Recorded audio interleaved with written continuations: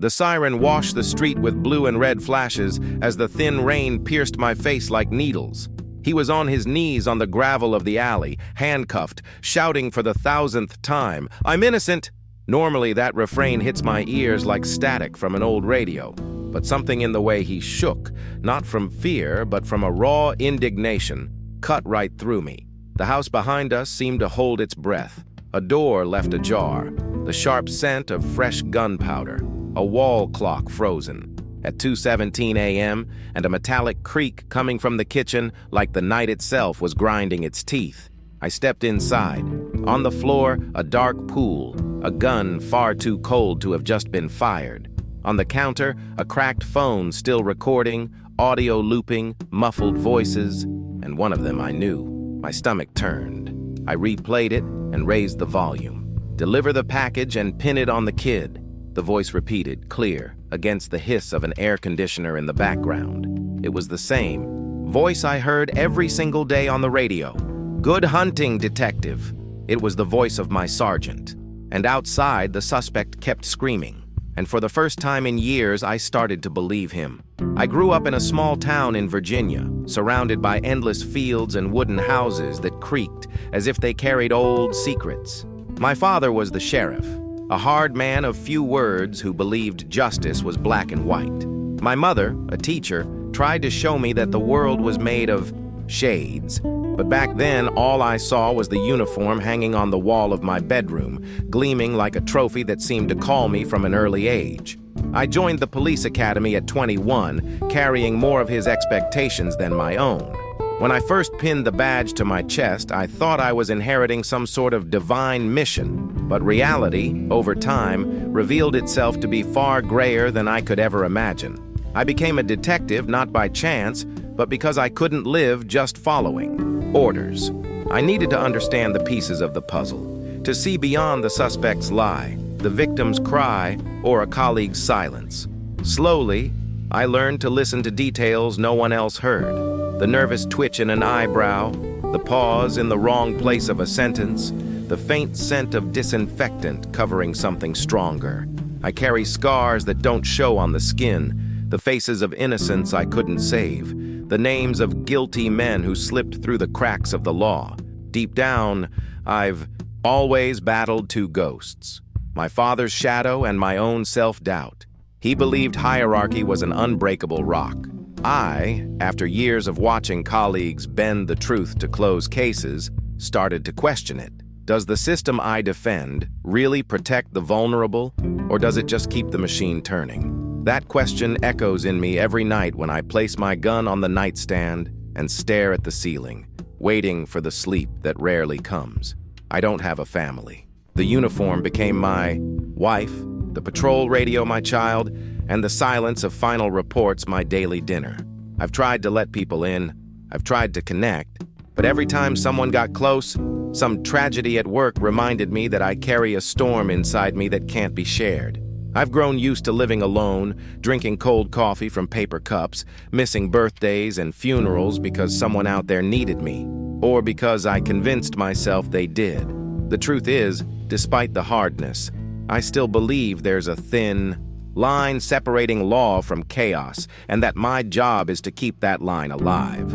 But I also know the trust I place in my superiors and my partners is a castle built on quicksand. I've seen too much to believe blindly.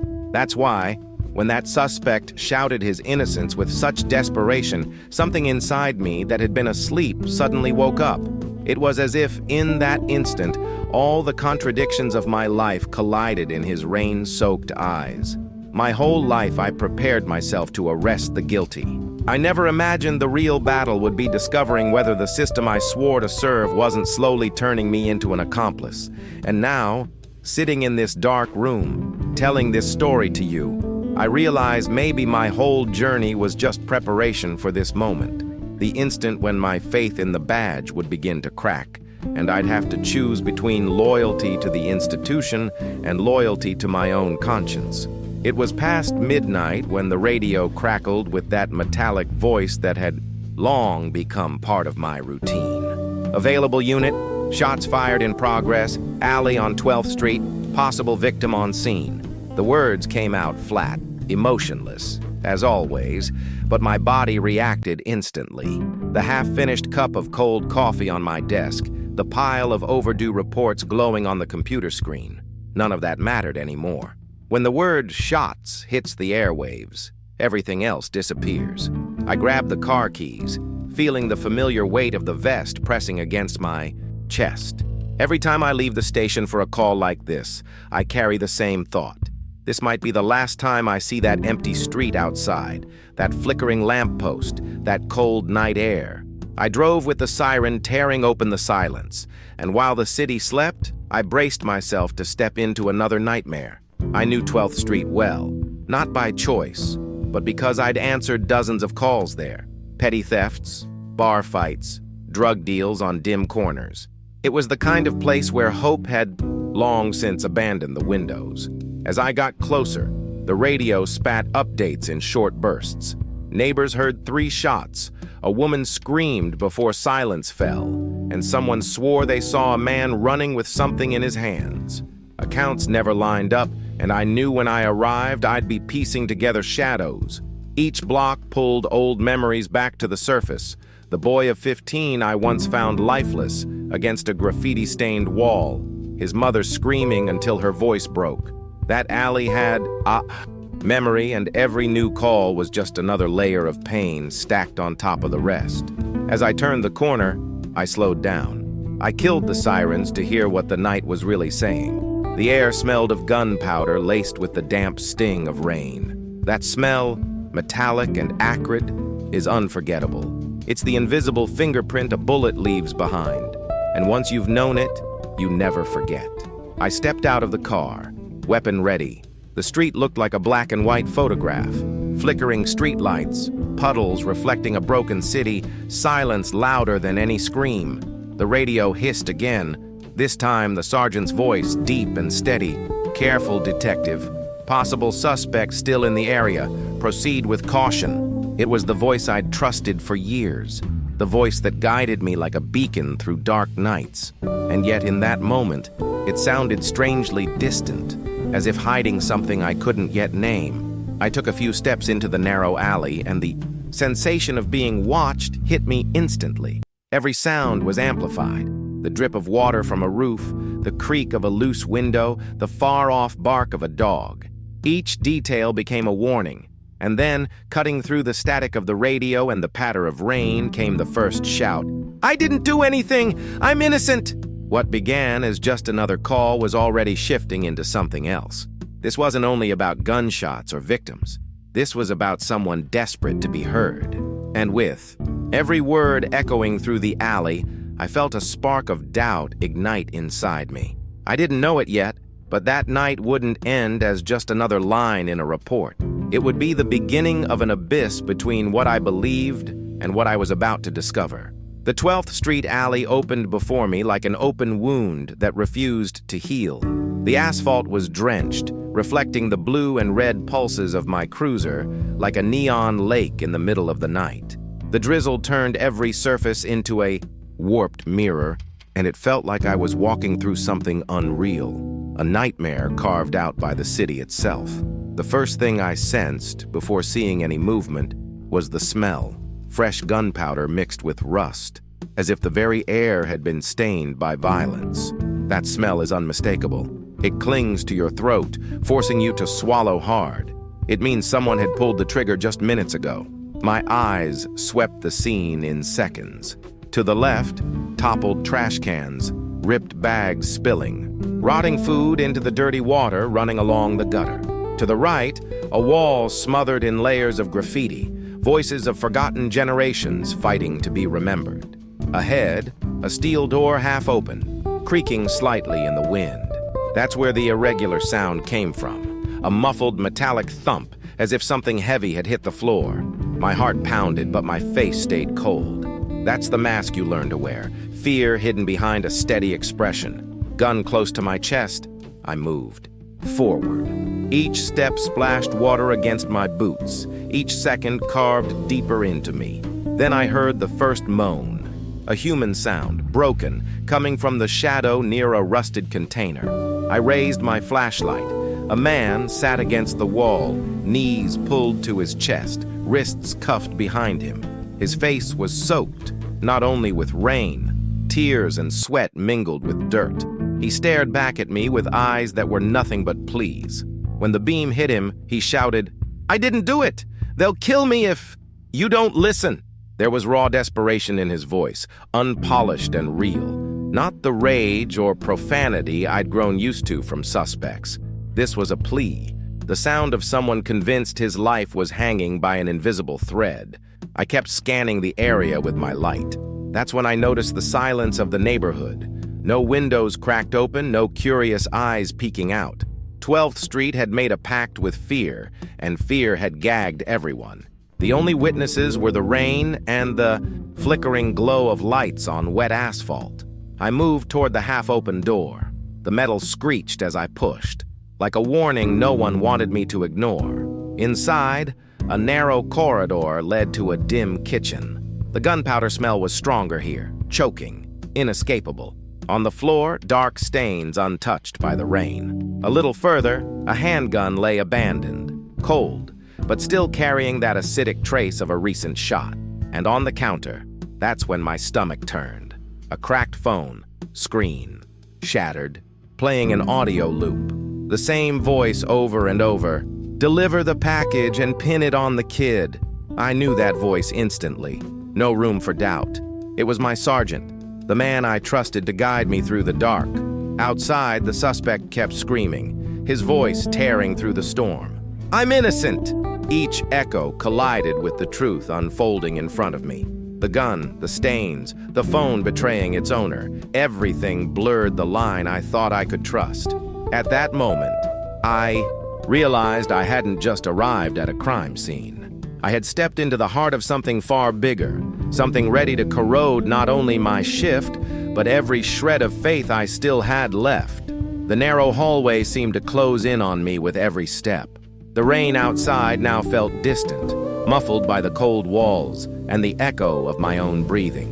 The phone on the counter kept replaying that damned audio like a ghostly confession that refused to let me go.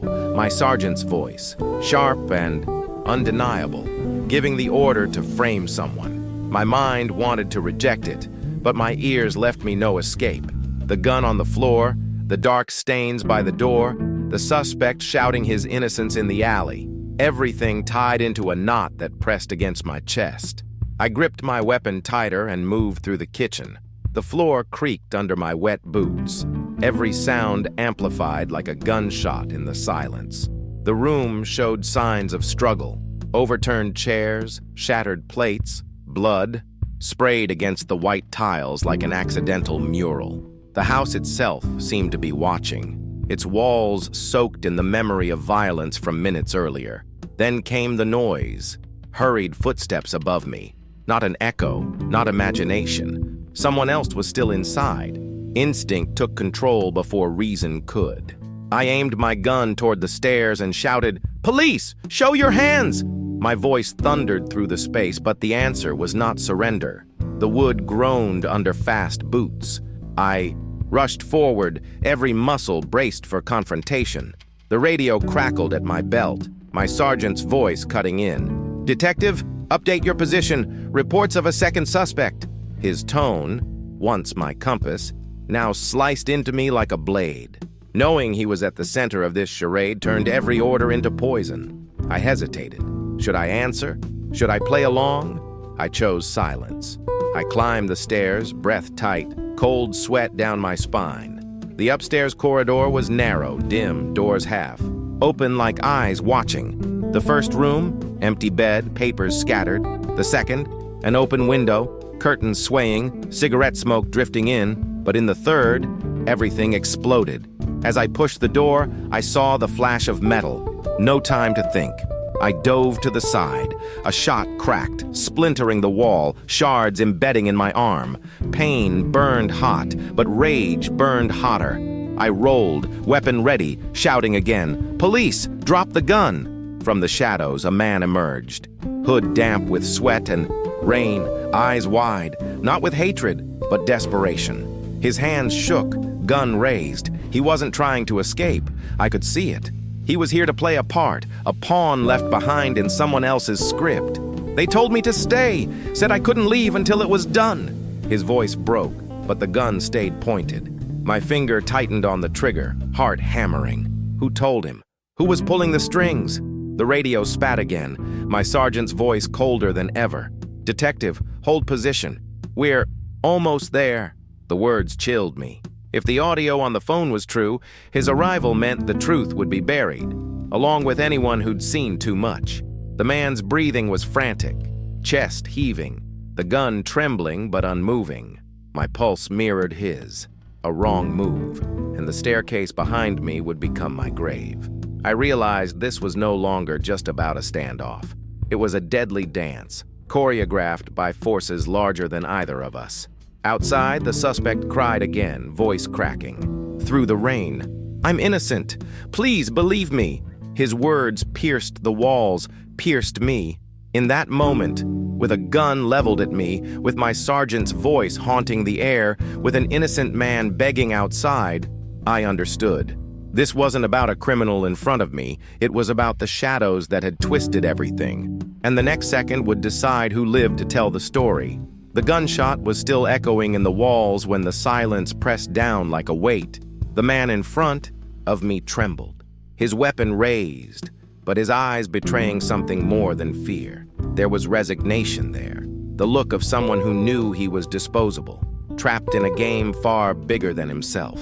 I edged sideways, keeping him in my sights, and asked through clenched teeth, "Who told you to stay here?" His lips moved without sound, torn between survival and truth, until he finally whispered, "If I talk, they'll kill me, just like they did to her." The word hit me like a punch. Her? My mind spun. His eyes darted to the floor, to a rug clumsily thrown across the boards, dark stains seeping out from underneath. Dread coiled in my gut before I even pulled it back, and then the nightmare revealed itself. Beneath the rug lay the body of a young woman, barely in her 20s, skin too pale, blouse torn, blood soaking into her flesh like signatures of cruelty. Around her neck hung a thin gold chain, a simple cross pendant. My chest tightened. I'd seen that cross before, months. Earlier, I'd met her during a routine patrol. She was trembling outside an abandoned building, swearing she'd witnessed a shady exchange of bags involving armed men. She'd begged me to protect her, clutching that cross as if it were her only shield. "If I disappear, please don't let them forget me," she whispered. I'd promised to keep her safe, and yet, here she was, hidden like garbage under a rug, her voice silenced forever. The floor seemed to tilt beneath me. She wasn't just another victim. She was the witness someone powerful needed gone, and the man screaming his innocence outside, the armed pawn inside this room. They were all props in a staged theater. My mind replayed the audio from the shattered phone downstairs. "Deliver the package and pin it on the kid." The package was her. The scapegoat was the man in the alley. And the voice giving the order, my sergeant, the one man I trusted most. The armed figure broke into tears, lowering his weapon. "I didn't want this. They said, if I didn't stay, my family would pay the price." His confession sealed it. This wasn't his plan. He was just another victim on a leash. I could barely breathe. The revelation burned hotter than the wound in my arm. The truth wasn't that a single woman had been murdered. It was that the bullet that killed her had traveled through the walls of my own precinct. The order came from inside the house I served. I knelt beside her body, the cold floor soaking through my knees, the metallic sting of blood in my nostrils. My hand closed around the cross, the metal biting into my palm. Her last words echoed in my head. I had failed her once. Now I carried a debt I couldn't escape. The radio hissed again, my sergeant's voice pressing into my skull. "Detective, report your position. We're 2 minutes out." His words were no longer guidance. They were a death sentence. Because if he reached me first, the truth would be buried alongside her. The shock was total, but so was the clarity. I was standing not just in a crime scene, but at ground zero of a conspiracy that reached into my own badge. And from this moment on, I could trust no one but myself. My body stayed frozen in front of the young woman's corpse, but inside me everything was spinning, a storm tearing through every corner of my mind. For years, I had lived by a code: obey the law, trust the chain of command, hold loyalty to the badge above all. That was my father's creed. That was the Academy's gospel. That was the armor I carried into every patrol and every crime scene. But now, staring at the proof that my own sergeant, the man who embodied that code, was tangled in something rotten, that armor shattered piece by piece, my eyes lingered on the golden cross around her neck. It was more than a necklace. It was a broken promise. I had sworn to protect her, sworn that her voice would not be silenced, and here she lay, discarded under a rug like evidence no one was supposed to find. The guilt pressed down on me until I could barely breathe. How many times had I turned away from suspicious orders, told myself it wasn't my call, not my responsibility? Every silence, every time I'd looked away, had helped build the walls that trapped her and cost her life. Outside, the man still screamed his innocence, his voice slicing through the rain like a knife. I'd heard thousands of suspects swear I didn't do it before. But this time, his cries carried a weight that hit me deeper than any bullet, and my hand, slick with sweat, gripped the gun tighter as a dangerous thought pulsed inside me. What if I just ended it here? Shoot the armed man in front of me, close the case neatly, play my role the way they wanted. The system would reward me for it. My sergeant would pat me on the back. The reports would look clean, but my heart rebelled. It pounded like a drum, reminding me of every face I'd sworn to defend. Every night I told myself I was different from the ones who bent the truth. The fear that I was, no different from them, rose like bile. This was the line I had always dreaded, and now it was right beneath my boots. If I crossed it, if I obeyed without question one more time, I'd be complicit forever. I thought of my father, his uniform starched, his voice steel. Loyalty keeps a man alive. He believed it, maybe even died believing it. But standing here, I realized his loyalty had been to an illusion. If he were in my place, would he have stood against the tide? Or would he, too, have hidden behind the walls of the precinct while innocence bled? The question tore at me like glass. My mouth was dry, my mind jammed like a gun misfiring. Between silence and truth, between obedience and conscience, between being a cop or being a man, I was split down the middle. And the worst part, I knew that whatever choice I made, I would lose something I could never get back. The radio crackled again, the sergeant's voice sharp and insistent. "Detective, respond! Where are you?" It slithered, through me like a warning. I could answer, put on the mask of obedience, play the part, or I could cut the line, turn against him, and declare war on the very system that shaped me. My hand clenched around the young woman's cross until it dug into my skin. And in that sting, I understood. This wasn't about him or them. It was about me, about the detective who had allowed doubt to fester for too long, about the son who inherited blind faith but now had to break it. The dilemma carved into me, brutal and relentless. One road promised safety, but at the cost of my soul.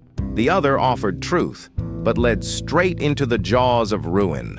And the sound of boots approaching the door told me the time for doubt had ended. Soon I would have to choose which side of the thin line between justice and complicity I truly stood on. The sound of boots climbing the stairs pounded like a countdown in my head. Each step reminded me I had no more time to hesitate. The radio at my belt still hissed, my sergeant's voice snapping orders that now sounded more like threats than guidance. "Detective, respond! We're almost there."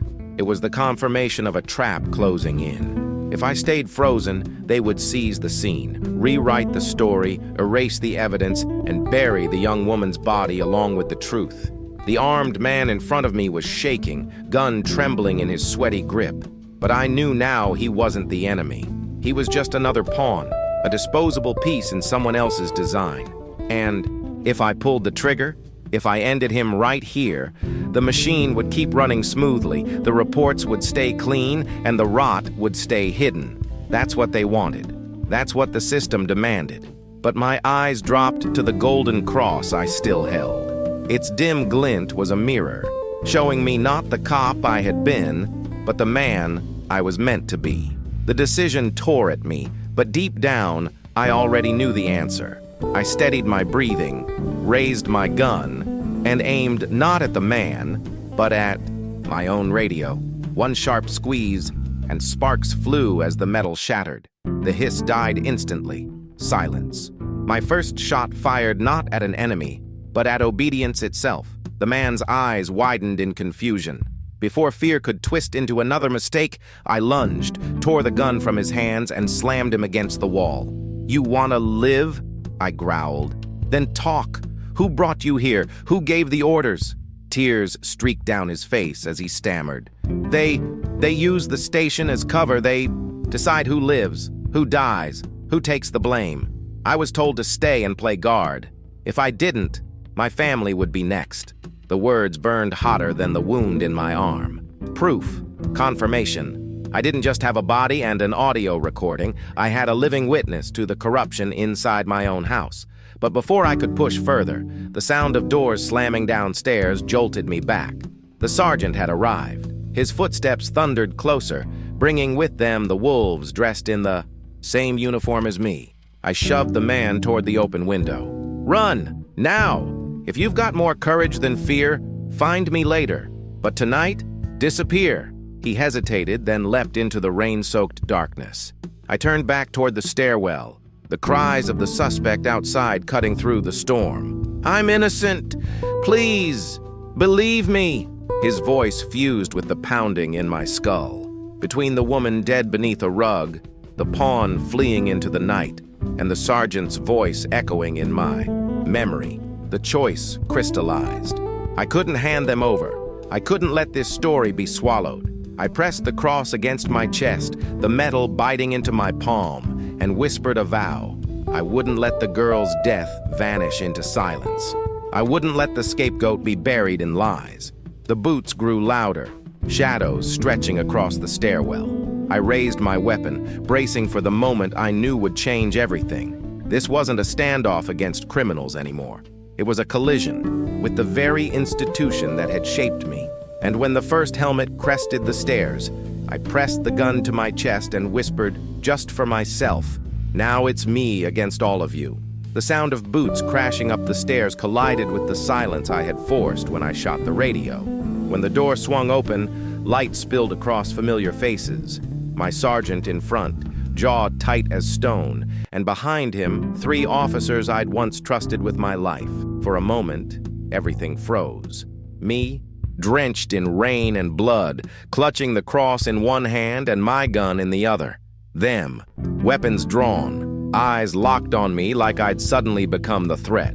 "Detective, drop your weapon and get on the ground." The sergeant's command split the air like glass. It was the voice I had followed for years, but now it sounded like a death sentence. I didn't obey. I couldn't. I knew if I surrendered, the body under the rug would vanish, the phone would disappear, and the scapegoat in the alley would wear the blame forever. So I shouted back, voice raw, "You're not taking anything from here!" 3 barrels leveled at my chest. My sergeant stepped closer, face carved by fear and rage. "You're under arrest for obstruction of justice and insubordination," he spat. But I saw the flicker in his eyes, not authority, but panic. I raised the cracked phone high and hit play. The room filled with his own voice. "Deliver the package and pin it on the kid." The words cut through the storm outside. Undeniable. For a second, no one breathed. My sergeant's face drained of color. For the first time, he didn't look like a commander. He looked exposed. Behind him, 2 of the officers traded uneasy glances. One, the rookie who'd always laughed at my bad jokes during patrols, lowered his weapon, his hands trembling. The older one beside him shut his eyes like a man wishing the truth away. But obedience runs deep, and it doesn't break easily. The veteran snarled, spitting at the floor. "It's a trick! He planted it!" The words cracked the silence, and chaos rippled through the room. The sergeant barked to regain control, but his voice no longer carried weight. I seized the moment. I bolted past them, down the hallway, and into the night where the rain hammered harder. The man in the alley spotted me, his face a storm of fear and hope. "You came," he breathed. I yanked him up, unlocked the cuffs with the spare key I always carried, and pulled him close. For the first time that night, I embraced him not as a suspect, but as a man I needed to protect. The veteran lunged, trying to stop us, but the rookie stepped in front of him, voice breaking. "We need internal affairs. We have to preserve the scene." That single phrase, internal affairs, was like fire dropped into gasoline. The words made some flinch, others double down. The sergeant's mask cracked further, his hand trembling as he reached for his weapon. The kitchen turned into a battlefield of loyalties, lines splitting between obedience and conscience. Some tried to enforce the sergeant's orders, others hesitated, shaken by the audio still ringing in their heads. I saw it clear. The chain of command had fractured, and I had just become both the accused and the accuser. Pain throbbed in my arm where shrapnel had lodged, my blood mixing with the rain. But I forced myself forward. Evidence needed to survive. The witness needed to breathe. That was all that mattered. My sergeant's eyes locked on me, full of fury and fear, knowing that if the truth left this house, it would burn everything he had built. He lunged with cuffs in hand, but the rookie caught his wrist, stalling him. The institution I had given my life to was collapsing in front of me, not in an explosion, but in slow, painful cracks. Trust shattering, loyalty unraveling, silence no longer holding, and as distant sirens wailed closer, announcing reinforcements, I understood the reality. I hadn't just survived the night. I had lit the fuse. That would set the whole house on fire. The chaos inside that kitchen felt like a storm tightening around us, and I knew if I didn't find something human to hold on to, the truth would drown. My sergeant barked orders. The veteran clung to denial. The rookie stood frozen between fear and conscience. And in the middle of it all, the man who hours earlier was nothing but a suspect in chains turned to me, his voice raw but steady. "You see it too, don't you? They want to use me, the same way they used her." The words hit like a strike of lightning. I looked at him. His eyes weren't just desperate anymore. They were clear, sharp, as if facing death had burned away every lie. I pulled him aside, lowering my voice. "Talk to me, now. What do you know?" He exhaled like the truth was poison leaving his lungs. "I work loading trucks. 2 weeks ago they came to me, told me I'd be part of a setup, that I had to be in the alley at the right time so the cops could find their man. I thought it was a joke, until they cuffed me and dragged me here. Then I heard them talking about her, the girl. They said she ran her mouth too much and that I'd be the perfect excuse." My chest tightened. His story fit everything. The body under the rug, the gunpowder in the air, the looping audio on the phone. But what broke me was his next confession. "I saw your sergeant. He was here in this house, giving orders before you came. He looked me in the eyes and said, 'Just scream you're innocent. Doesn't matter. Nobody believes screams.'" The words burned through me. They didn't just confirm my suspicion, they shattered the last fragment of doubt. My sergeant, my compass, my supposed anchor, was the architect of this nightmare. The man tried to go on, but the sergeant stormed forward, face red with rage. "Shut up! He's lying!" he shouted. But the command lacked weight now. The rookie stepped forward, his voice shaking but brave. "Detective, is it true? That audio, this witness, is it real?" The question that no one wanted to face finally landed in the room. The question that turned silence into complicity. I locked eyes with the rookie and answered without flinching. "Yes, it's real. And if we don't act, if we don't protect this, then we're all guilty of murder." The sergeant lunged for his gun, but before he could draw, the veteran grabbed his arm. Even he, who had tried to dismiss it, couldn't ignore the fracture spreading through us.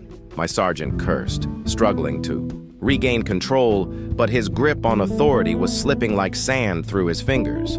I turned back to the man who had been the scapegoat, his wrists still red from the cuffs. My voice lowered, almost a plea. "Listen to me. From this moment on, you're not just the guy who screams innocence. You're proof. Proof that this was staged, that they wanted you to take the fall. I've got her body, I've got the audio, and I've got you. But you need to hold on. You need to survive this." He stared at me, tears mixing with the rain dripping from his hair, and whispered words that carved deep into me. I never trusted cops. Never. But right now, I trust you. If you let them bury me in this lie, then justice doesn't exist anywhere.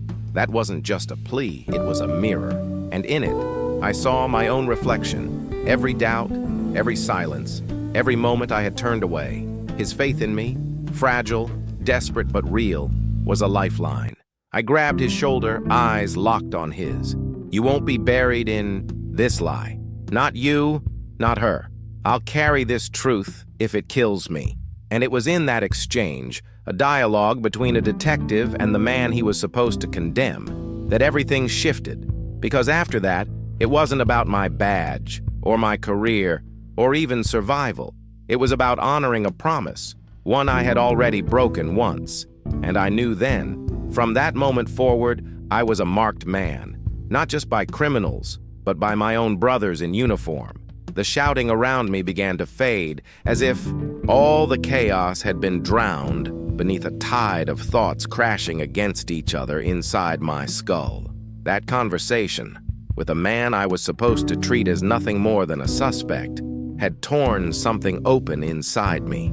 His desperate truth, paired with the corpse of a witness I had sworn to protect, forced me to face what I had spent years avoiding. The system I defended wasn't just flawed, it was sick, and I had been feeding the sickness without even realizing it. My eyes fell again to the young woman lying under the rug. For the first time in my career, I wasn't looking at just another victim on a crime scene. I was staring at my own failure. I had promised to protect her, to give weight to her words, to keep her alive in the shadows of a city that chewed up the weak. And now, she was gone. Because I hadn't pushed hard enough, hadn't fought the silence. Every time I let an order slide, every time I filed away a report I knew smelled wrong, every time I told myself it wasn't my responsibility, I had helped build the walls that killed her. The guilt was crushing. But in that weight, something else began to take form. Not rage, not vengeance, but clarity. A raw, searing need to break the cycle.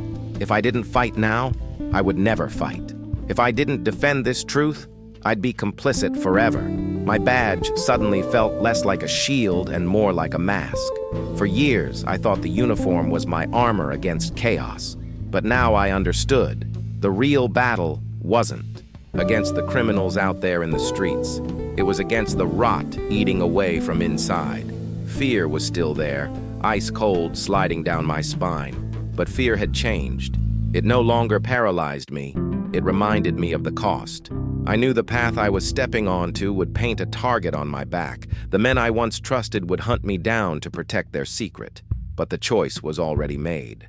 My silence had killed once. I couldn't let it kill again. I thought of my father, of his starched uniform and steel words. Loyalty keeps a man alive.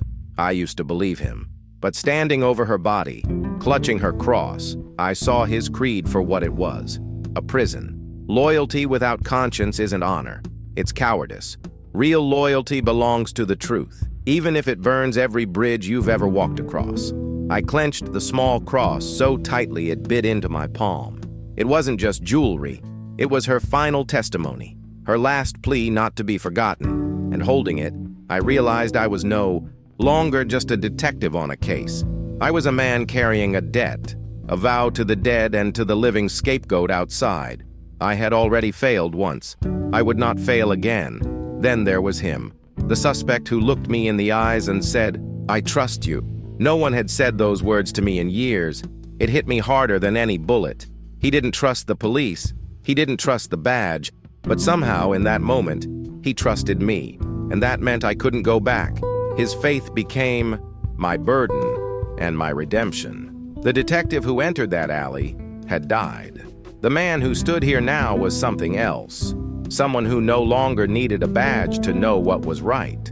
Someone who understood that justice doesn't live in uniforms, radios, or chains of command. Justice is in the choice you make when no one else will. The rain outside kept falling, washing the city in its relentless rhythm. And for the first time, I felt it washing me too. Fear, doubt, silence, stripped away. What remained was conviction, a raw, unshakable truth. I would no longer be the cop who obeyed in silence. I would be the man who spoke, even if it killed me. I looked down at the cross one last time and whispered, "You won't be forgotten." And in that vow, I found a new oath, not to the institution, not to the chain of command, but to the truth itself. And I knew, whatever the cost, I was ready to pay it. The sirens began to rise in the distance, first faint, then swelling like a storm rolling. Closer. The 12th Street alley, already soaked in rain and tension, was about to be swallowed by flashing lights, boots, and official reports. I knew exactly what that meant. Reinforcements, scene control, narrative management. Within minutes, I would lose any grip on the truth. If the sergeant took over, the girl under the rug would vanish from the record, the phone would disappear, and the scapegoat would wear the crime like a shroud. My pulse hammered in my ears. The decision had already been made back when I fired into the radio, but now it had to be carried out. No more hesitation. I turned to the man beside me, the one who hours earlier was just a suspect, and whispered, "If you want to live, do exactly as I say. Don't look back. Trust me." He nodded, though his eyes were wide with fear. The sergeant stepped forward, his face twisted with fury and desperation. "Detective, this is over. Drop the gun, hand over the suspect, and end this circus." He tried to project authority, but his words rang hollow. I lifted the broken phone, thumb over the replay button, and answered, "The circus ended when she died, Sergeant. From here on, it's truth or nothing." Behind him, the officers shifted uneasily. The rookie's eyes darted between us, his weapon shaking in his grip. The veteran held firm, but even his silence carried doubt. The chain of command was cracking, and he knew it. I seized the moment. With the phone in one hand and the cross in my pocket, I pulled the suspect by the arm and pushed toward the side exit of the house. The sergeant barked an order, the veteran moved, but no one fired. They couldn't. Gunfire now would draw too many questions with those sirens closing in. Their hesitation was my opening. We slipped down the corridor, rain pounding against the back door. I shoved it open, cold air rushing in, and we bolted into the alley. Water splashed high around our boots as we ran. Voices behind us tangled in curses and orders. I didn't dare look back. At the A corner, a patrol car swung into view, headlights cutting through the mist. My chest tightened. If it was his men, we were finished. But behind the wheel, I saw Ramirez, an old partner, a man who never fully trusted the command structure. I banged on the glass. His eyes widened as he opened the door. "What the hell is going on, detective?" No time for explanations. I shoved the suspect inside and climbed into the back seat. "Just drive. Now!" Ramirez floored it, tires screaming against wet pavement. In the mirror, I caught one last glimpse of the sergeant standing in the doorway, rain streaking down his face, eyes burning with hatred and panic. He knew he had lost control tonight, but he also knew I had declared war. The city blurred past in streaks of neon and rain. The man beside me was silent, his chest rising and falling like every breath might be his last. Ramirez kept glancing at me in the mirror, waiting for answers I couldn't give him yet. He asked where we were going. I told him the only thing I could. Anywhere someone is still willing to listen. I'll explain later. The radio crackled with command-demanding reports. But Ramirez, God bless him, reached out and shut it off without a word. The silence that followed was heavier than the storm, but it was also sacred. For the first time that night, I felt a sliver of something like relief. Not safety, never that, but purpose. The mission was no longer about arresting or surviving. It was about carrying the truth out of that house before it could be erased. The incident didn't end with shots fired or neat conclusions. It ended with flight, with broken loyalties and a vow carved into my bones. And as the cruiser disappeared into the wet labyrinth of the city, I knew one thing for certain. The rain would never wash away the marks of this night. But maybe, just maybe, it would cleanse me enough to face what had to come next. The city woke under a gray sky, wrapped in a mist that seemed designed to hide more than it revealed. I sat by the window of a cheap motel room, the kind where no one asks questions and everyone pretends not to notice. The man who had once been the scapegoat was asleep in a chair, his body folded as if the weight of what they tried to pin on him had finally crushed him. Ramirez had left hours earlier, but not before leaving me with words that still echoed. Choose carefully who you tell this to, or you won't get a second chance. On the table, turning slowly between my fingers, was the young woman's cross. The pendant felt heavier than steel, as if it carried her last breath inside it. I remembered her eyes the day she asked me for protection, the tremor in her voice when she begged not to be forgotten. That promise, broken once already, now burned inside me like fire. I thought of my father, his iron belief that loyalty kept a man alive. For so long I carried that as gospel, but staring at that cross, I finally understood. Blind loyalty isn't honor. It's a cage. Real loyalty belongs to the truth, even if it costs you everything. That night had stripped away the illusions I had built my life on. I'd believed justice was in uniforms, in badges, in sirens cutting the dark. But it isn't. Justice lives in the choices we make when no one else will. In standing up, even when the wolves wear the same uniform as you. In refusing to let silence be stronger than a scream. I know what I've become now. A marked man. Hunted by my own. Branded a traitor. But if being a traitor means refusing to bury the truth, then I'll wear the word with pride. I'd rather die with my conscience intact than live as a loyal accomplice to rot. The man I freed, the one who shouted into the storm that he was innocent, changed me. His faith, fragile but real, reignited something I thought was long gone. Purpose. And the girl under the rug, her cross, her silenced plea, is the weight that will keep me from ever turning away again. The detective who stepped into that alley is gone. The man who walked out carries a different oath, not to the institution but to the truth. And that truth is worth more than my career, my safety, even my life.